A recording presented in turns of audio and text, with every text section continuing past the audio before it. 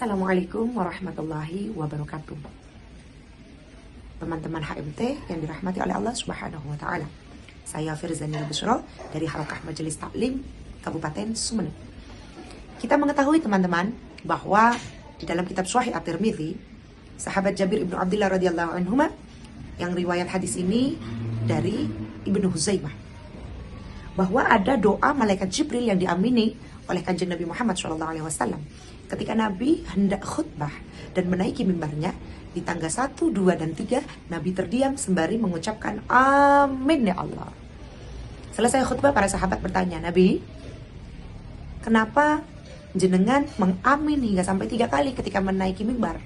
Apakah turun ayat atau adakah ilham? Para sahabat bertanya kepada Rasulullah SAW dan Nabi menjawab, tidak, tetapi Jibril turun dari langit dan membaca doa, dan aku mengamini doa-doa Jibril tersebut.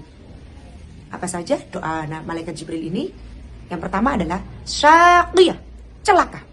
Jika ada seorang anak yang dia mendapati orang tuanya sudah dalam keadaan lansia, dia merawat orang tuanya, dia menangi orang tuanya di dalam keadaan lansia, keadaan sepuh, lalu di penghujung akhir usia orang tuanya dia belum mendapatkan ridho dan maaf dari orang tuanya, maka celaka bagi anak tersebut.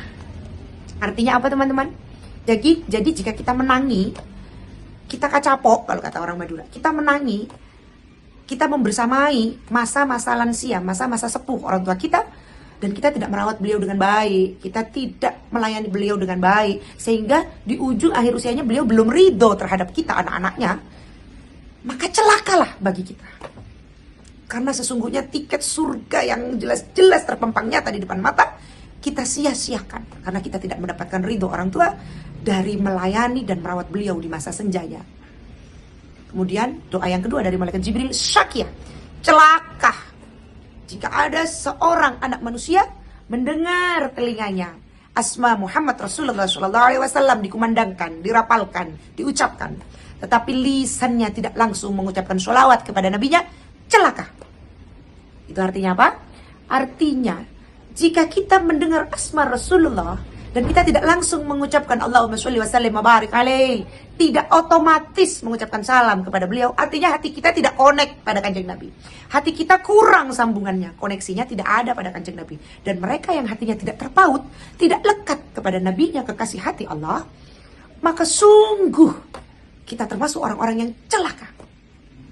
Doa Jibril yang ketiga, syaqiyah, celaka.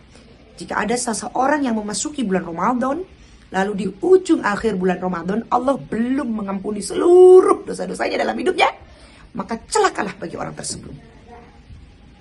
Artinya apa?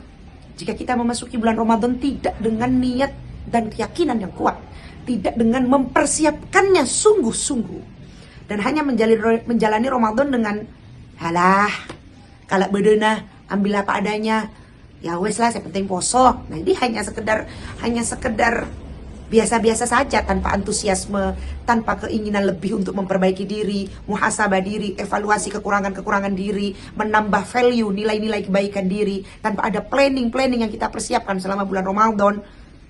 Maka bisa jadi kita termasuk orang-orang yang tidak diampuni dosanya oleh Allah di ujung akhir bulan Ramadan, dan kita termasuk golongan orang yang celaka. Na'udzubillahi min dzalik. Jadi marilah teman-teman, sebelum memasuki bulan Ramadan, mari kita persiapkan diri dengan sungguh-sungguh. Kita bersihkan hati kita meminta maaf kepada orang-orang terkasih di sekitar kita. Kita bersihkan hati kita mulai evaluasi dan muhasabah, apa sih kekurangan-kekurangan saya? Apakah lisan saya sering menyakiti orang lain? Apakah tangan saya sering mengambil hak orang lain? Apakah kaki saya selalu berjalan ke arah yang tidak diridhoi oleh Allah? Apakah baju, harta, makanan yang saya makan semuanya halal? Ataukah masih ada barang-barang syubhat yang masuk ke dalam perut anak-anak kita? Ini harus kita evaluasi, harus kita muhasabah. Apa yang mau kita tingkatkan dan apa yang harus kita hilangkan di dalam hati dan perilaku kita. Dan kita juga harus memiliki planning, teman-teman. Planning di dalam bulan Ramadan. Oh, tidak usah tinggi-tinggi misalnya. Oh, saya mau selama bulan Ramadan sholat fardu 5 waktunya harus berjamaah. Tidak boleh sholat sendiri. Oh, saya mau menghatamkan Al-Quran minimal 1 kali selama bulan Ramadan. Oh, saya akan bersedekah setiap hari 10.000, setiap hari 20.000 sesuai kemampuan teman-teman. Tapi setiap hari rutin selama 30 hari selama bulan Ramadan. Diniatkan lillahi ta'ala. Diniatkan untuk sedekah, untuk keselamatan anak, untuk keselamatan orang tua, untuk keselamatan suami, untuk keselamatan diri sendiri, untuk keselamatan santri-santri murid-murid kita.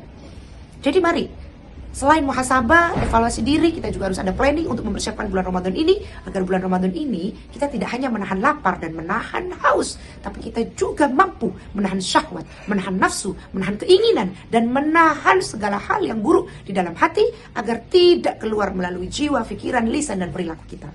Semoga kita termasuk golongan orang-orang yang bisa mengamalkan 3 doa Jibril tersebut sehingga tidak menjadi golongan orang-orang yang celaka, sehingga diamini oleh Kanjeng Nabi. Kita tahu jika doa telah diamini oleh Rasulullah, maka makbul, Allah akan mengabulkan doa tersebut. Semoga kita dijauhkan dari golongan orang-orang celaka ini, dan ini menjadi muhasabah bagi kita, menjadi evaluasi bagi kita untuk menjadi anak yang lebih berbakti, birrul walidaini kepada orang tua kita, untuk menjadi manusia yang lekat hatinya kepada kekasih hati kita Muhammad Rasulullah SAW, dan untuk mempersiapkan bulan Ramadan dan meraup banyak-banyak keberkahan dan kemuliaan di bulan yang mulia ini. Saya Firzani Rabusuro pamit undur diri. Wassalamualaikum warahmatullahi wabarakatuh.